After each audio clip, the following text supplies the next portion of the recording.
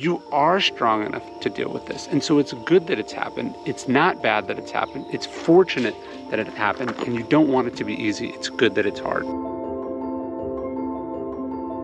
For my practice of Stoicism, it's really about mantras, like core short reminders that you can think about not just every day, but multiple times a day. Mantras, ideas that are true in any and all situations, that guide you, that nourish you, that reassure you, that you can lean on when times get tough. In today's episode, I want to give you 3 mantras from the Stoics that I think about every single day that guide me through the world, whether things are going well, whether they're going terrible, but that in each and every situation I find truth and guidance and strength in, and I think you will too. I'm Ryan Holiday. I've been writing about Stoicism now for 15 years. I run my own bookstore. I have 2 young kids. Whatever's happening in the world, I want something that I can lean on, something that can give me guidance. Whether I'm talking to thousands of people, whether in one of my businesses I'm bumping into some logistical issue, whether things are going really well or really terribly, these pieces of advice hold true and I can depend on them. They can guide me, they can inspire me, they can give me strength, and I think and I know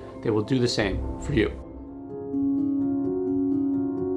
What I think is one of the best passages in all of meditations, but certainly the most illustrative, Marcus Aurelius says, the fruit of this life is good character and acts for the common good. And I think if we're shortening that to a mantra, we'd say good character, acts for the common good. Or good character, good deeds. Meaning that you work on yourself, of course, that's a huge part of Stoicism, but it's also about what you do for others, whether you're being a positive difference maker in the world. I think Marcus Aurelius refers to the common good something like 80 times in Meditations.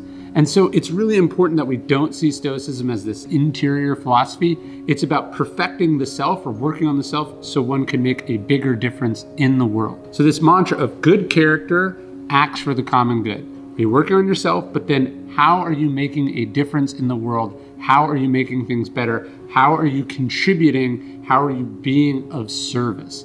That's the motto that I think you want to try to live by every single day. You want to say to yourself in every situation. You want to remind yourself, look, what's my character and what am I doing for others, right? That to me is the essence of Stoicism and why this is such a critical Stoic mantra and one of the 3 I want you to think about constantly. I just watched the sun go down here on the beach.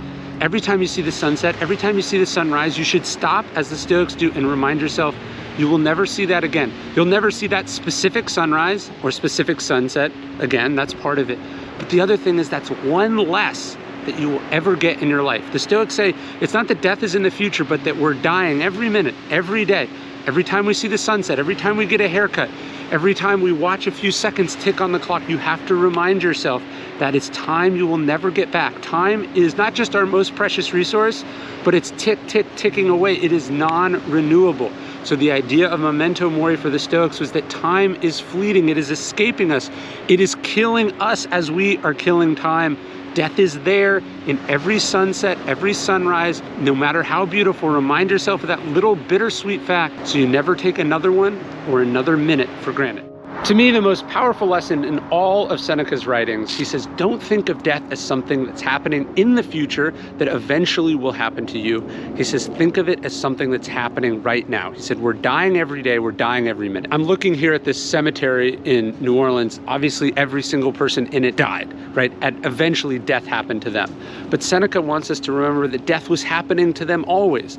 All 61 or 80 or 90 or 17 of the years that they were alive, they died every second, every minute, and then eventually that stopped happening. So to me, that's a transformational, life-changing, mind-blowing way to think about life. Not that death is something in the future that happens once, but death is something that's happening always. And every second, every minute that passes, every year that passes now belongs to death. It's as dead as any of the people in this cemetery. You'll never get it back, which is why you should live it, embrace it, and don't waste it while you have it. There's something that's so important to me that I carry it with me everywhere I go. It's a reminder I never want to be too far from. It's something I always want to have in the top of my mind. It's this Memento Mori coin I carry in my pocket. Memento Mori just means remember you are mortal. Remember that you will die. Marcus Aurelius says you could leave life right now Let that determine what you do and say and think. Never forget, you're mortal, you don't have forever, you could go at any moment, whether it's a pandemic or a car crash or a cancer diagnosis. Life is very short. Don't take it for granted. Don't assume you're gonna live forever. Live as if you have limited time, because you do have limited time. That's what Memento Mori means, and that's why I carry it with me everywhere I go. There's a great story about Thomas Edison. He's America's most successful inventor. It's towards the end of his life. He's a millionaire many times over, and he's having dinner with his family. And a man rushes in and he says, "The factory is on fire, you have to come quick." And Edison gets there, and it is. His life's work is up in flames. And there's no chance this fire is going out. But he finds his son. His son is standing there shell-shocked, and Edison grabs him and he says, "Go get your mother and all her friends. They'll never see a fire like this again." And I love that story so much, because instead of crying, instead of weeping, instead of blaming, he's just taking this brief moment to enjoy the surreal, almost terribleness of his fate. He's finding something good in it. And the Stoics have this idea of Amor Fati, which Nietzsche perfectly encapsulates when he says, you don't just bear what is necessary, you love it. That's what Amor Fati means. It's a love of fate. And that's what Edison does. He tells a reporter, "Look, I've been through stuff like this before.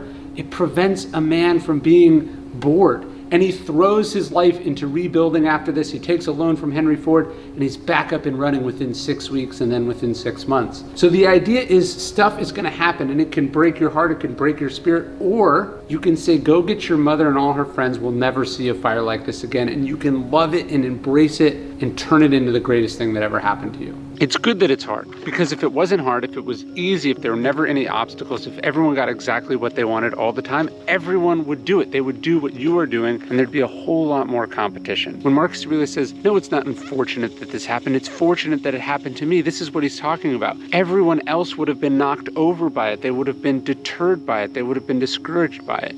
But you are strong enough to deal with this. And so it's good that it's happened. It's not bad that it's happened. It's fortunate that it happened, and you don't want it to be easy. It's good that it's hard. What the Stoics talk about is the idea of loving what happens. Marcus Aurelius says that what you throw on top of a fire is fuel for the fire. So what you want to cultivate, what you have to practice, you have to almost repeat it like a mantra to yourself, is the practice of loving everything that happens. Not just accepting it, not just tolerating it, but leaning into it, going, this is for me, I chose this, I want it this way, and it's the best fucking thing that ever happened to me. When the computer eats the manuscript you've been working on, you say, Amor Fati, I love it. When you're stuck in traffic, you say, Amor Fati, I love it. When you're criticized on Twitter, when your boss calls you out, you say, Amor Fati, I love it, I'm gonna be better for this having happened to me. When you're hungry, you say, I love it, I'm alive, I feel this. I'm gonna make the most of it. You say Amor Fati. When you lose someone you love, it might seem crazy to say Amor Fati, but no amount of anger, no amount of resentment, no amount of sadness brings them back. So you take what you can from this. That's what Amor Fati is. You use it as fuel, you become better from it, you become improved by it. You have cancer, you're disabled, you're white or black, you're short or tall, you're rich or poor. Amor Fati. I'm gonna make the most of it. I'm not gonna let this stop me. I'm gonna be better for this having happened. When Thomas Edison's factory burned down, he finds his son is stunned, shell-shocked. That's how most people are when they face obstacles. But Edison grabbed him and he said, go get your mother and all her friends. They'll never see a fire like this again. That's what Amor Fati is. I'm gonna use this. And he rebuilds that factory. He tells a reporter the next day, this is gonna prevent me from getting bored. This is gonna be the next act of my life. And that's what he did. He rebuilt. He didn't whine, he didn't complain, he didn't point the finger. He just moved on and he just kept going. And that's what we have to do with every obstacle that we face. Whatever it is, big or small, fair or unfair, chosen or tragic. We say Amor Fati. Love it all. Use it as fuel. Become better for this having happened. And that's a formula for human greatness. It's the only way that we should go through the world, because it's the only way that turns the bad things in life into good things.